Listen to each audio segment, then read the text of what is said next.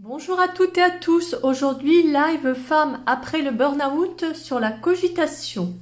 Alors aujourd'hui, vous allez repartir avec des infos, un échange sur vos ruminations, vos cogitations et 2 exercices.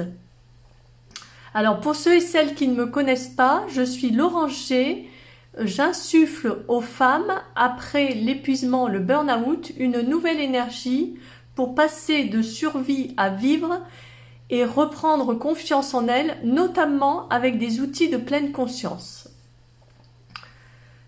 Alors, les pensées négatives qui passent et qu'on attrape, en effet, les pensées passent tout le temps dans la journée dans notre tête et on peut vivre des pensées négatives, des cogitations.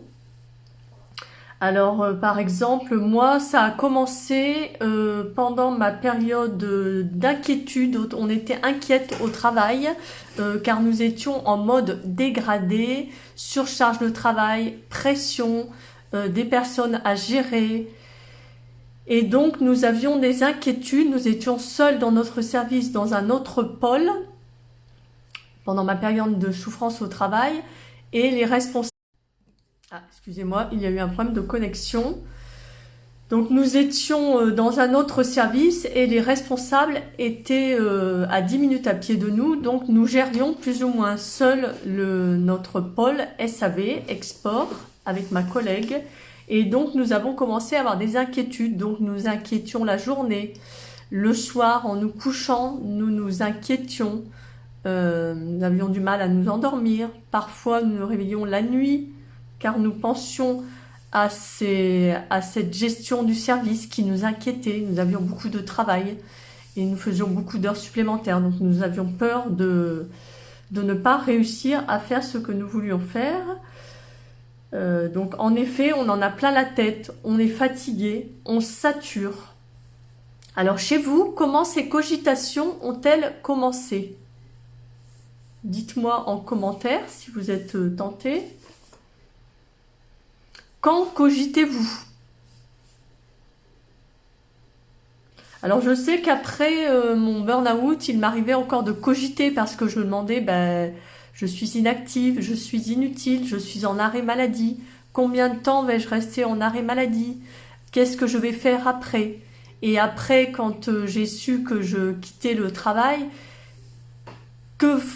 est-ce que je serais capable de retravailler après? Qu'est-ce que je ferais de ma vie? Je voyais les autres, certaines qui allaient travailler. Et moi, je restais chez moi. J'ai eu aussi une période où je me disais ah, je n'ai pas fait ça, ça n'est pas bien. Ah, je ne l'ai pas bien fait. Je pourrais le reprendre. Donc j'entrais un peu dans le contrôle aussi. Et dans cette cogitation, j'étais perdue, je cogitais, je me sentais mal. De toujours attraper ces nouvelles pensées, une autre, une nouvelle. Vous arrive-t-il d'avoir des pensées comme ça n'est pas bien, ou j'ai mal fait?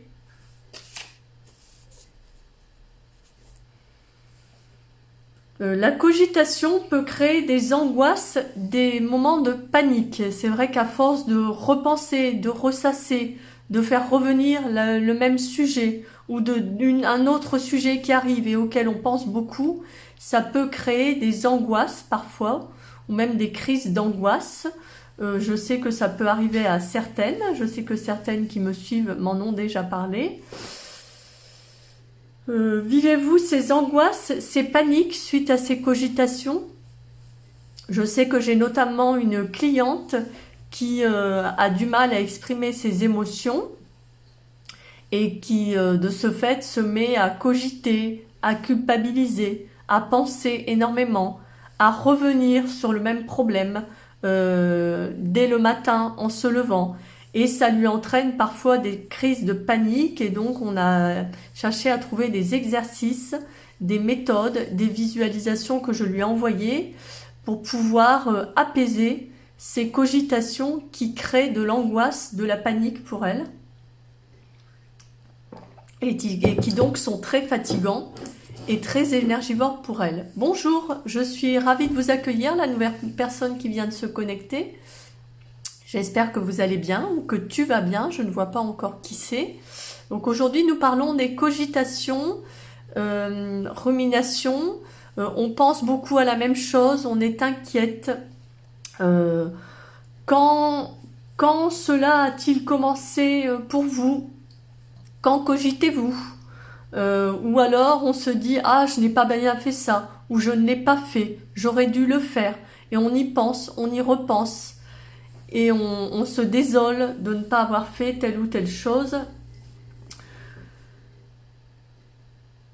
Et ça peut parfois amener des moments de panique, à force de repenser et de culpabiliser, de se dire que les choses ne vont pas bien,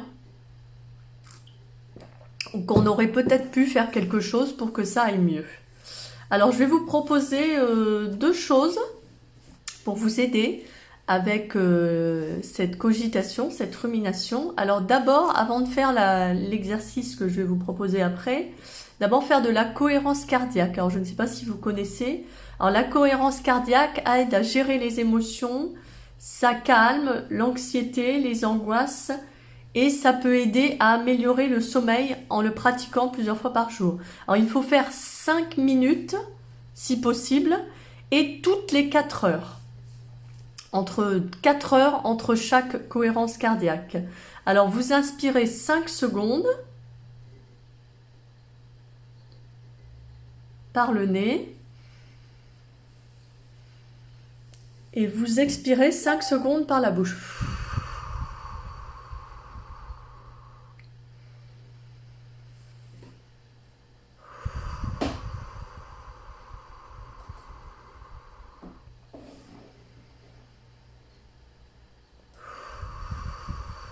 Inspirez 5 secondes par le nez et expirez 5 secondes par la bouche. Et vous pouvez faire ça pendant 5 minutes pour calmer, apaiser les émotions, calmer les angoisses et aider à améliorer votre sommeil. Ensuite, je vous propose une visualisation qui amène les ressentis, les perceptions et qui renforce l'action positive sur le cerveau. Le cerveau... Ah, bonjour Mimi, pas de souci. Alors là, je suis sur les exercices, tu pourras réécouter en replay le début et répondre aux questions, ou alors je peux te reposer les questions si tu veux Mimi. Ah, et coucou Gwenola, j'espère que tu vas bien. Alors je vais vous résumer un peu et vous reposer les questions, comme ça vous n'aurez pas besoin de reprendre en replay, pas de souci pour le retard. Alors en fait, je racontais que moi j'ai commencé les cogitations quand je m'inquiétais au travail pour le fonctionnement de notre service qui était un peu en mode dégradé. Ah, ok Gwenola, bonjour, désolé, ça ne voulait pas se connecter. Ah oui, ça peut arriver. Donc j'expliquais donc que j'ai commencé les cogitations avec une inquiétude pour la gestion de notre service avec ma collègue puisque nous étions seuls dans notre service et que nous commencions à entrer en mode dégradé avec une surcharge de travail, de la pression des collègues à aider qui étaient nouveaux. Et donc, nous avions peur de ne pas réussir à faire fonctionner seul.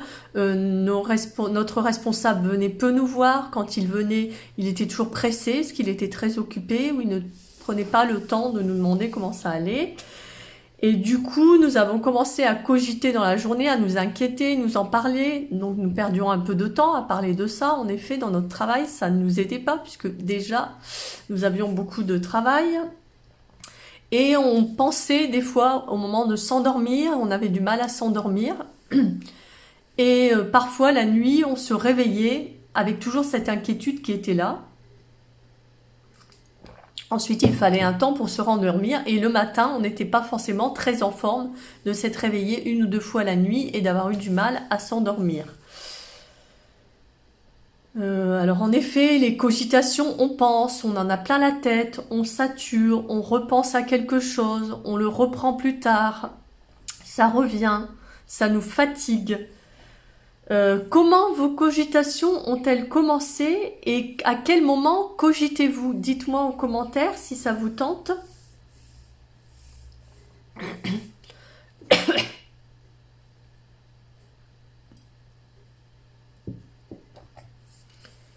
Moi, ça m'arrivait aussi de me dire, après le burn-out, quand j'étais en arrêt maladie, je me demandais quelle était mon utilité, comme j'étais inactive, j'étais en arrêt maladie, je ne savais pas combien de temps j'allais rester en arrêt maladie.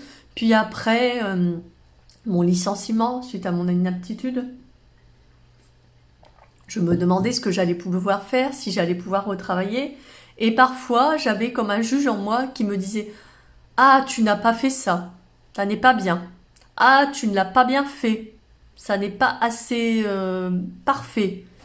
Tu devrais le reprendre. Donc j'ai repensé. Parfois, je retournais sur cette chose. Alors moi, Gwenola, c'est plus le soir, une fois au lit, et le matin quand je déjeune. Ah oui, le matin quand tu déjeunes, ton cerveau se met en action avec les pensées, et tu as parfois des pensées négatives qui passent. Ah d'accord, Mimi. Depuis toujours, sur n'importe quel sujet, tu cogites, tu rumines. D'accord. Et ça n'est pas trop fatigant, Mimi, de tant cogiter, de ruminer? Est-ce que ça vous arrive parfois? Et c'est ça. Ouais, je comprends, Gwenola. En fait, les pensées, elles passent sans arrêt et le cerveau est davantage attiré par les pensées négatives. Donc, si on les attrape, après, il part et il s'invente des choses, des scénarios, même des scénarios catastrophes, parfois des scénarios qui n'arriveront jamais. Est-ce que ça vous arrive d'avoir des pensées comme ça? Je n'ai pas fait ça, ça n'est pas bien, je ne l'ai pas bien fait, je dois le reprendre et d'y repenser.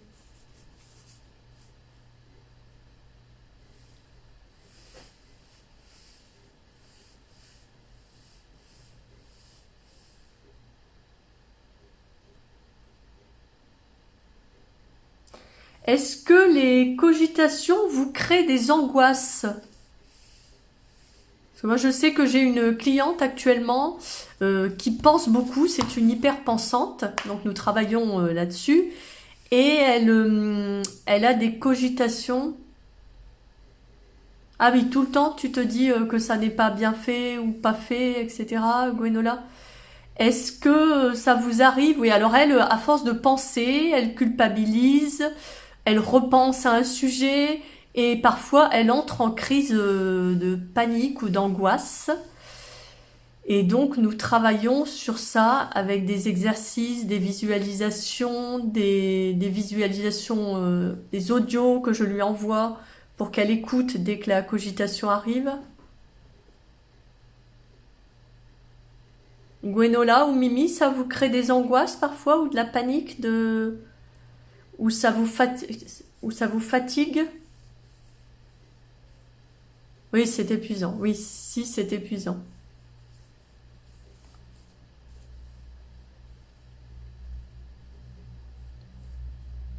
Est-ce que ça vous crée des angoisses ou de la panique ou de l'anxiété? Moi, je sais que des fois, j'avais de l'anxiété. Je me dirais, bon, non, je n'arriverai pas à faire, je ne vais pas faire, je ne peux pas faire ça. Et du coup, c'est vrai que moi, très fatigant, Gwenola, oui. Du coup, moi, à un moment donné, j'ai eu un trouble anxieux généralisé à force d'avoir toutes ces pensées, tout ce négatif. Oh que oui, Mimi, oui. Et Gwenola, ça va mieux les angoisses ou t'as toujours des angoisses en boucle?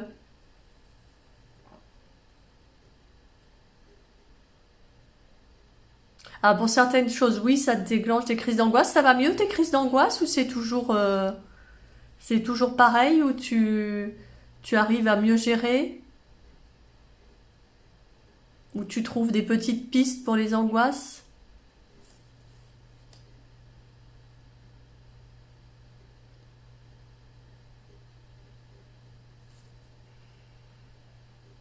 Moi, je sais qu'à force de respiration, de travail sur les mots positifs.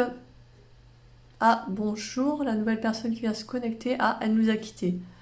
Ah, tu en as beaucoup moins en ce moment, Gwenola. Ah, je suis ravie pour toi parce que vraiment, les angoisses en boucle, c'est difficile à vivre. Et moi, à force de respiration, de prendre du temps pour moi, de travailler sur le négatif que j'employais, d'essayer un peu des relaxations, des méditations. Ah, pas de crise d'angoisse, Mimi. Bon, c'est déjà ça, parce que c'est déjà tellement dur ce burn-out. Alors, je vais vous proposer deux astuces, deux petits exercices. Alors, donc, je disais tout à l'heure, mais c'est pas grave.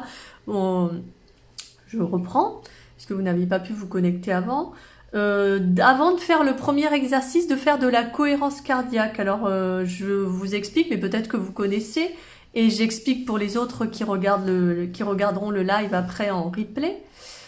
Donc la cohérence cardiaque, ça calme le stress, les émotions, l'anxiété, les angoisses, et ça peut aider pour améliorer le sommeil.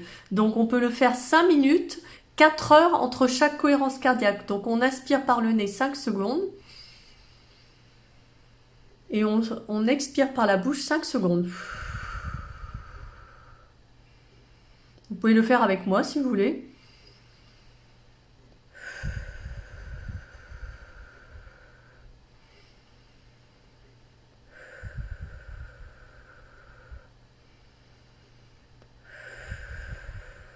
Très bien, Gwenola, tu en fais midi et soir, bravo.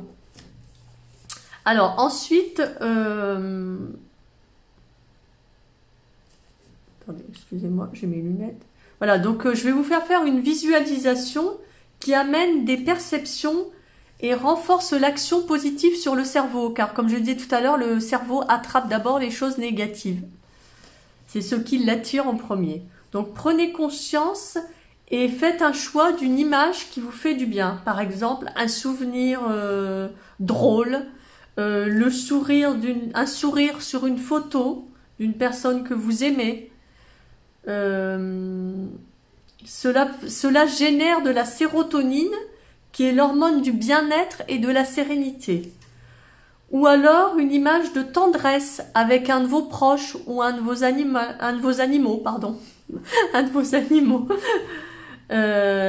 Ça génère de l'ocytocine, qui est l'hormone de la confiance, de l'attachement, de la tendresse. Et suivez votre respiration.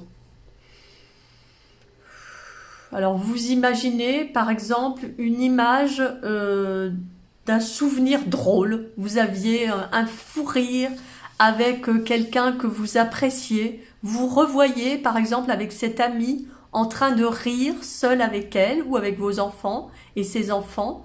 Donc vous visualisez dans ce moment de rire avec elle. Ou alors dans ce moment de tendresse avec votre mari ou un de vos enfants avec qui vous faites un câlin ou vous passez un bon moment. Ou avec votre chien ou votre chat avec qui vous avez un moment de tendresse. Visualisez cette image. Suivez votre respiration. Et vous pouvez répéter ça à chaque début de cogitation. Ça indique au cerveau comment passer en mode positif. Donc de visualiser quelque chose, un moment de bonheur, ça donne au cerveau la possibilité de se projeter sur quelque chose de bien-être, de bien, d'agréable, au lieu de se lancer sur les cogitations qui vont vous amener du mal-être. Ah, donc oui, peut-être que la visualisation n'est pas quelque chose d'intéressant pour toi, Mimi. Je vais réfléchir à autre chose que la visualisation. Ou alors peut-être te dire des affirmations positives sur ta vie.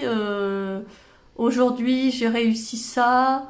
J'aime faire ça. J'ai pu le faire aujourd'hui. Quand tu commences à cogiter, c'est-à-dire aujourd'hui, j'ai pu faire ça.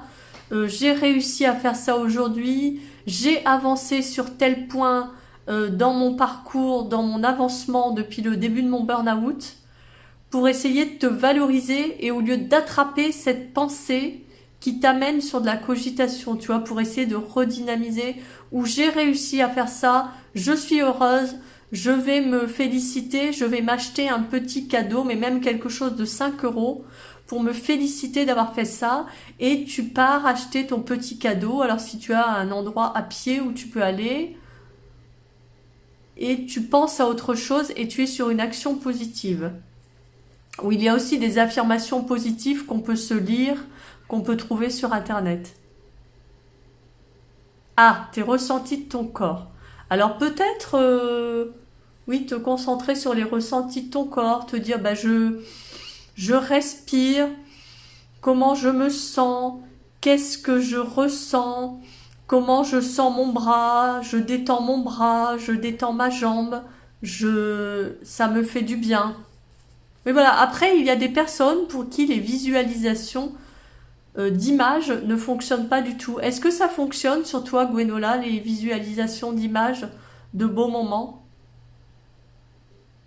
Il faut trouver ce qui nous réussit.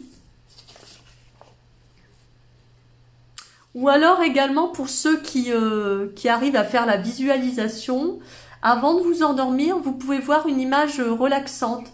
Par exemple, un paysage ensoleillé, une cascade d'eau, une rivière, une forêt, la mer, des arbres.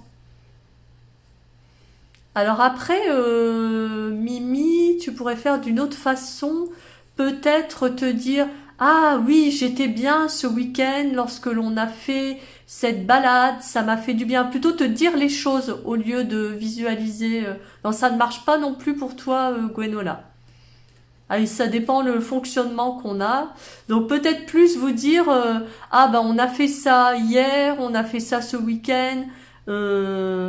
En faire une affirmation positive et j'étais bien, j'ai pu profiter un peu même si je suis fatiguée, je me suis sentie bien, on a passé un moment, plutôt faire comme des gratitudes, gratitude pour ce bon moment que j'ai passé, vous l'écrivez, ou visualisez votre corps comme je disais tout à l'heure, je respire, je me sens bien à l'intérieur de moi, je détends mes bras, mes jambes, comment je sens mes jambes, mes bras.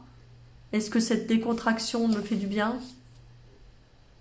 Ah oui, le cerveau ne se souvient que des mauvaises choses, oui.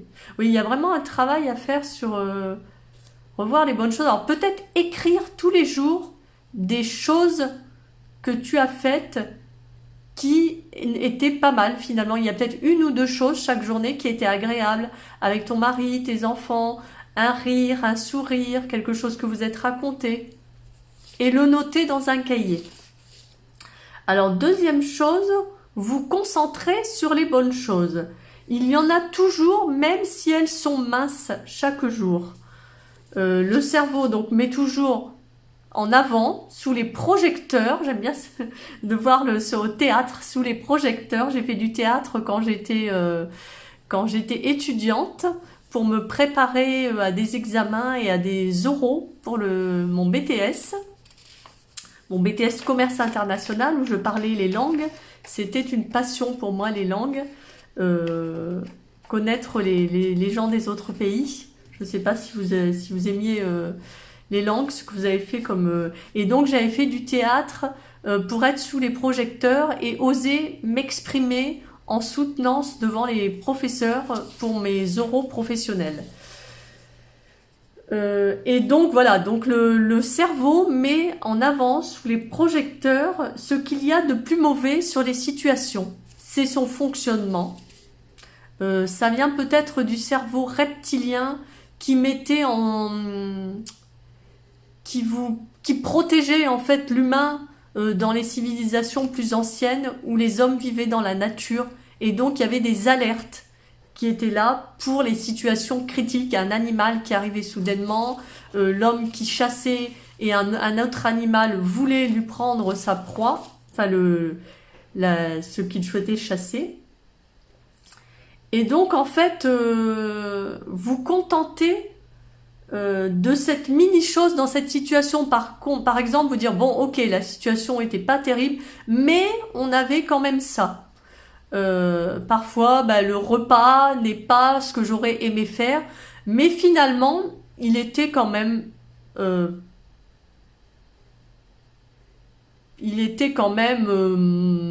bon. Il n'était quand même pas si... Il était quand même assez agréable. Ce que j'avais cuisiné était quand même bon et ma famille m'a dit que c'était bon. Donc voilà. Ou alors, il faisait chaud, mais on était quand même à l'intérieur au frais.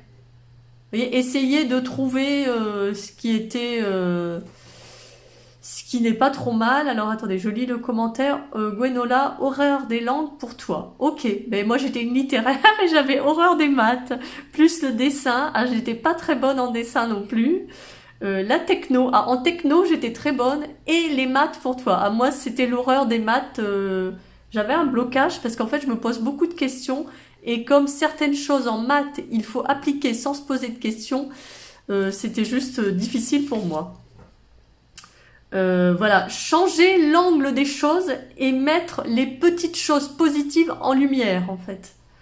Bon, cette situation est nouvelle, me stresse, par exemple, mais je suis avec une personne de confiance qui est avec moi, qui m'accompagne. Je ne sais pas si ça vous parle, de vous dire, bon, ok, la situation est stressante, je vais à un nouvel endroit, ça me stresse, j'ai encore la peur du changement, la peur de la foule, mais mon mari avec qui j'ai confiance m'accompagne, ou une amie de confiance qui me sécurise est avec moi. Tu fais à l'écrit de noter les petites choses de chaque jour, Mimi? Que tu écris tous les jours, c'est très bien d'écrire tous les jours.